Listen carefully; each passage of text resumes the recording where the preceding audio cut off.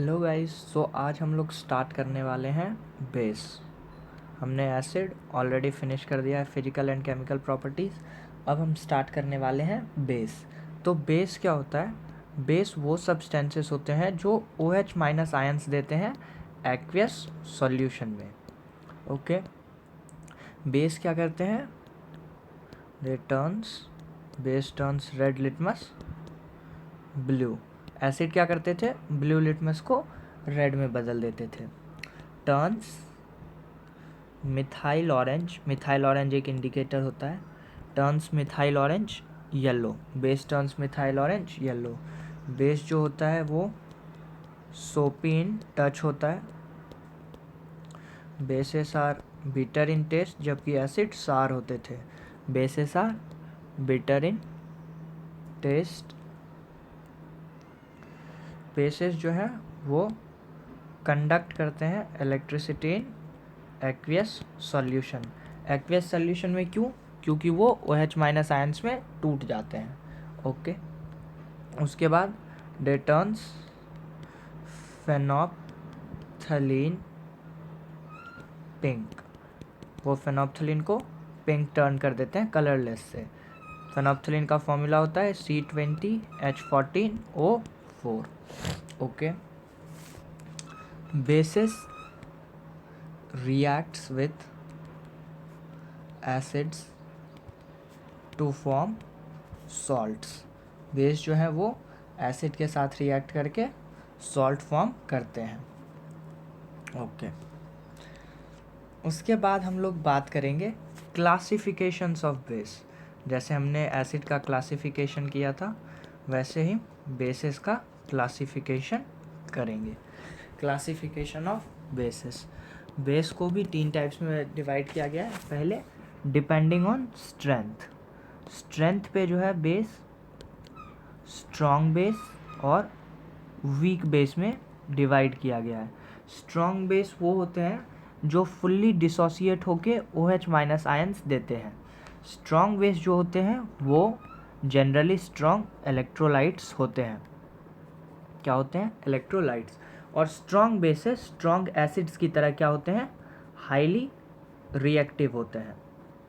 जबकि week basis जो है वो पार्शियली आयोनाइज होके OH माइनस आयंस देते हैं। Weak base obviously weak electrolytes होते हैं और हाईली रिएक्टिव नहीं होते हैं, ये लेस रिएक्टिव होते हैं। ओके, अब मैं आपको स्ट्रॉन्ग बेसिस और वीक बेसिस के कुछ एग्जाम्पल देता हूँ। तो जो स्ट्रॉन्ग बेसिस के एग्जाम्पल्स हैं वो हैं NaOH, यानी कि आपको सारे के नाम पता होने चाहिए अब। वो है सोडियम हाइड्रोक्साइड। उसके बाद KOH potassium hydroxide. BaOH whole twice, यानी कि बेरियम हाइड्रोक्साइड। ठीक है, अब अगर आप वीक बेसिस की बात करते हैं तो वीक बेसिस के एग्जांपल हमें मिलेंगे MgOH होल ट्वाइस, यानी कि मैग्नीशियम हाइड्रोक्साइड, एल्युमिनियम हाइड्रोक्साइड, उसके बाद copper hydroxide, iron hydroxide, calcium hydroxide. उसके बाद आप अमोनियम हाइड्रोक्साइड ले सकते हैं NH4OH। तो ये सब वीक बेसिस होते हैं। अगर आप इसमें देखें तो ये कैसे टूटते हैं? Mg plus OH minus. ये कैसे टूटते हैं? Al plus OH minus. ये इस फॉर्म में ऐसे टूटते जाते हैं। अब हम बेस को क्लासीफाई करने के दूसरे तरीके पे आएंगे जो कि है ऑन कॉन्सेंट्रेशन, यानी कि कॉन्सेंट्रेशन के आधार पे। कॉन्सेंट्रेशन में 2 टाइप्स होते हैं जैसे एसिड्स में थे, वो होते हैं कॉन्सेंट्रेटेड और डाइल्यूट। तो एक होगा कॉन्सेंट्रेटेड बेस, एक होगा डाइल्यूट बेस। कॉन्सेंट्रेटेड बेस क्या होगा? हाई अमाउंट ऑफ बेस और लिमिटेड अमाउंट ऑफ वाटर होगा। क्या होगा? Limited amount of water. Dilute में क्या होगा? लेस अमाउंट ऑफ बेस और लिमिटेड अमाउंट ऑफ वाटर होगा। Limited amount of water. मैं चाहूँगा कि आप इसके नोट्स बनाते जाएं, क्योंकि आप थोड़े टाइम के बाद ना आप ये सारी बातें भूल जाओगे। ओके, अब यहाँ पे होता है बेस का क्लासिफिकेशन ख़त्म हो जाता है। आप अगर देखें तो आप इसको, जैसे मैंने एसिड को क्लासीफाई किया था डिपेंडिंग ऑन एसिडिटी बेसिसिटी, वैसे ही आप बेस को भी क्लासीफाई कर सकते हैं। Mono acidic base, di acidic base, tri acidic base. Mono acidic base में होगा कि जो एकदम 1 OH माइनस आयंस प्रोड्यूस करता होगा। डाई एसिडिक बेस में 2 OH माइनस आयंस, जैसे कि MgOH होल ट्वाइस में होगा कि Mg2 प्लस और 2 OH माइनस में टूटता होगा। ओके, अब हम जाएंगे सिंपल प्रॉपर्टीज़ ऑफ बेस। तो मैंने आपको पहले ही बता दिया बेस बिटर इन टेस्ट होते हैं। हम बेस के फिजिकल स्टेट पे बात करते हैं अब थोड़ा सा, बेस इसके फिजिकल स्टेट पे। तो फिजिकल स्टेट क्या होते हैं ना, ये भी एसिड्स की तरह जनरली सॉलिड और लिक्विड होते हैं रूम टेम्परेचर पे। किस पे? रूम टेम्परेचर पे। ओके, रूम टेम्परेचर की स्पेलिंग तो कुछ ज़्यादा ही गलत हो गए, बट कोई नहीं। उसके बाद हम कुछ इंडिकेटर्स लेंगे। हम क्या लेंगे? कुछ इंडिकेटर्स लेंगे, और उन इंडिकेटर्स पे हम बात करेंगे कि वो बेस में कैसे बदलते हैं। जैसे हमने एसिड पे लिया था, उससे पहले हम इंडिकेटर्स के बारे में थोड़ा सा बात करेंगे, और फिर हम देखेंगे कि इंडिकेटर्स जो है वो कितने टाइप्स के होते हैं और वो एसिड और बेस में कैसे बदलते हैं। तो हम जो सबसे पहला टॉपिक ले रहे हैं वो है हमारा इंडिकेटर। इसके बाद हम बेस के केमिकल प्रॉपर्टी पे जाएंगे। तो indicators are the substances which change their color in the presence of an acid or a base।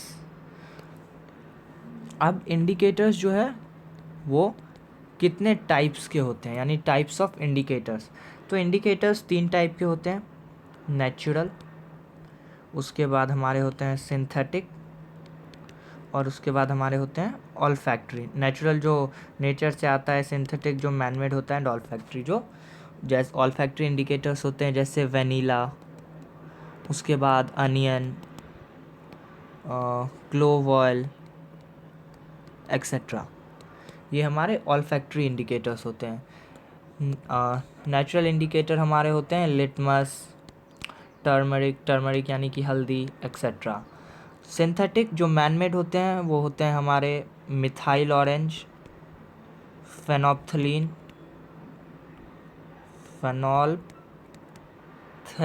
Okay, या फेनोप्थलीन यहाँ पे ई है, ओके, आई से पहले यहाँ पे ई है, एंड एक्सेट्रा। ये हमारे हो गए इंडिकेटर और इंडिकेटर के टाइप। अब हम देखेंगे कि इंडिकेटर्स एसिड और बेस में कैसे टर्न होते हैं, कैसे बदलते हैं। ओके गाइस, तो हमारा जो पहला इंडिकेटर है वो है हमारा लिटमस पेपर। एसिड में रेड होता है और बेस में ब्लू होता है। दूसरा जो इंडिकेटर हम लेंगे वो होगा हमारा अनियन। अनियन में एसिड में नो चेंज, और बेस में क्या होता है? Loses it's order. ऑर्डर मतलब क्या होता है? स्मेल, अपने स्मेल को लूज़ कर देता है। अगर हम एग्जाम्पल ले वेनीला का, तो वेनीला के केस में भी सेम होता है। अगर हम एग्जाम्पल ले फेनोल्फथलीन का, तो फेनोल्फथलीन के भी केस में यहाँ पे नो चेंज होगा और यहाँ पे टर्न्स पिंक। अगर हम क्लोव ऑयल का एग्जाम्पल ले, क्लोव ऑयल का, तो यहाँ पे भी है सो नो चेंज। यहाँ पे मैं यहाँ पे लिख देता हूँ वैसे, नो चेंज, और यहाँ पे लूजेस इट्स ऑर्डर, तो वो अपना स्मेल लूज़ कर देता है। आई होप कि आपको इंडिकेटर समझ में आ गया हो। मैं आशा करता हूँ कि आप लोगों को इंडिकेटर समझ में आ गया हो। अब मैं आपको बेसिस के, यानी कि बेस के केमिकल प्रॉपर्टीज़ को बताऊँगा। हालांकि बेसिस में कुछ ज़्यादा केमिकल प्रॉपर्टीज़ तो है नहीं, बट ठीक है, हमारे पास जितने हैं हम उतने केमिकल प्रॉपर्टीज़ पढ़ लेंगे। इसके बाद मैं आपको एक वीडियो बना कर दूंगा जिसमें मैं एनसीईआरटी के सारे रिएक्शन लिख के दूंगा, सारे बैलेंस्ड केमिकल रिएक्शन, और वो आपके बोर्ड के पर्सपेक्टिव से बहुत बहुत बहुत इम्पॉर्टेंट है, इसीलिए आप उन सारे रिएक्शंस को अच्छे से लर्न कर लीजिएगा। ठीक है, फिलहाल हम केमिकल प्रॉपर्टीज़ पे बात करते हैं। तो बेस का रिएक्शन विथ एसिड, पहले बेस जब एसिड से रिएक्ट करेगा तो क्या होगा, तो हमने पहले भी देखा था base plus acid neutralization reaction होता है और हमें क्या देता है, सॉल्ट प्लस वाटर। अब हम एग्जांपल लेंगे फिर से NaOH प्लस HCl वाला, और हमें मिलेगा NaCl प्लस H2O। ओके, अब हम देखेंगे दूसरा रिएक्शन। दूसरा रिएक्शन हमारा होगा विथ मेटल्स, किसके साथ, विथ मेटल्स। तो बेस प्लस मेटल में जैसे एसिड में H2 रिलीज़ होता था, बेस में भी H2 रिलीज़ होगा, यानी कि बेस प्लस मेटल जो है हमें देता है सॉल्ट प्लस हाइड्रोजन गैस। अब हम तीसरा देखेंगे बेस के साथ नॉन मेटेलिक ऑक्साइड का रिएक्शन, नॉन मेटेलिक ऑक्साइड, हाँ, नॉन मेटेलिक ऑक्साइड का रिएक्शन। तो अगर आप इसके लिए एग्जांपल लें तो मैं आपको एग्जांपल देता हूँ। इसमें हमें एक बेस लेंगे, सपोज NaOH लेते हैं प्लस CO2, तो ये हमें देगा Na2CO3 प्लस H2O।